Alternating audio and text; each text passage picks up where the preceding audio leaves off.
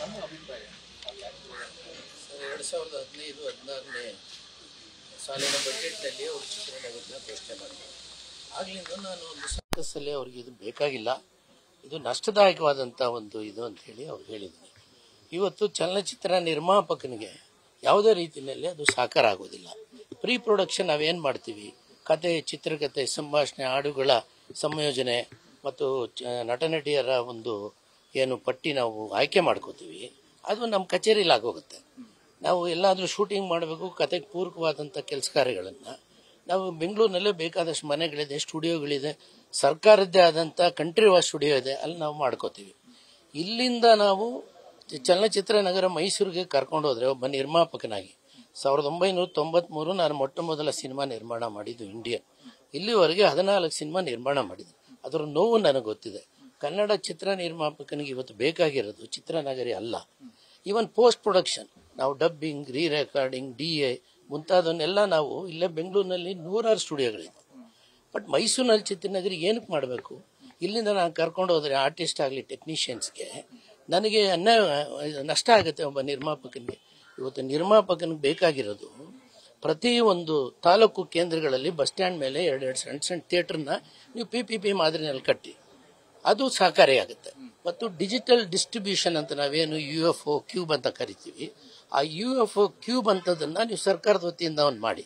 ಮತ್ತು ನಾವೇನು ಬುಕ್ ಮೈ ಶೋ ಅಂತ ಒಂದು ಆ್ಯಪ್ ಇದೆ, ಅದರಲ್ಲಿ ಅವ್ರು ಬಹಳಷ್ಟು ನಿರ್ಮಾಪಕನಿಂದ ಅವರು ಹಣ ತಗೋತಾರೆ.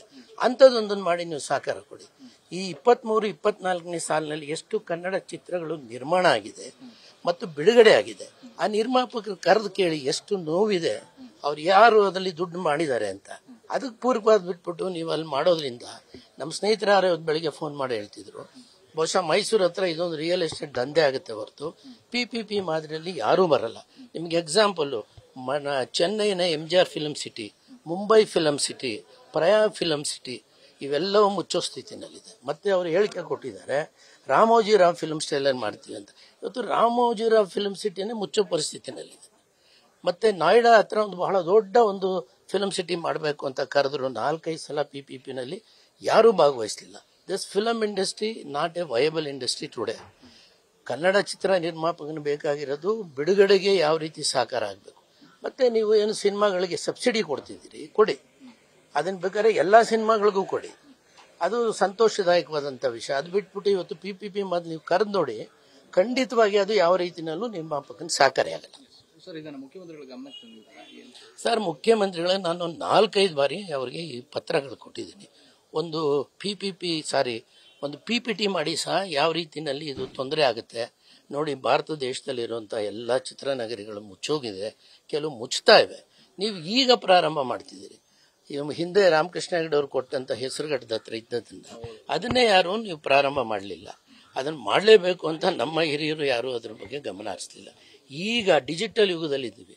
ಇವತ್ತು ನೀವು ಏನೇನು ಕೇಳ್ತೀರಿ ಎಲ್ಲವನ್ನು ಡಿಜಿಟಲಲ್ಲಿ we can do it. Recording studio ಆಗ್ಬೋದು, DA ಸ್ಟುಡಿಯೋಗಳು ಎಲ್ಲ ಬೆಂಗಳೂರಲ್ಲಿದೆ.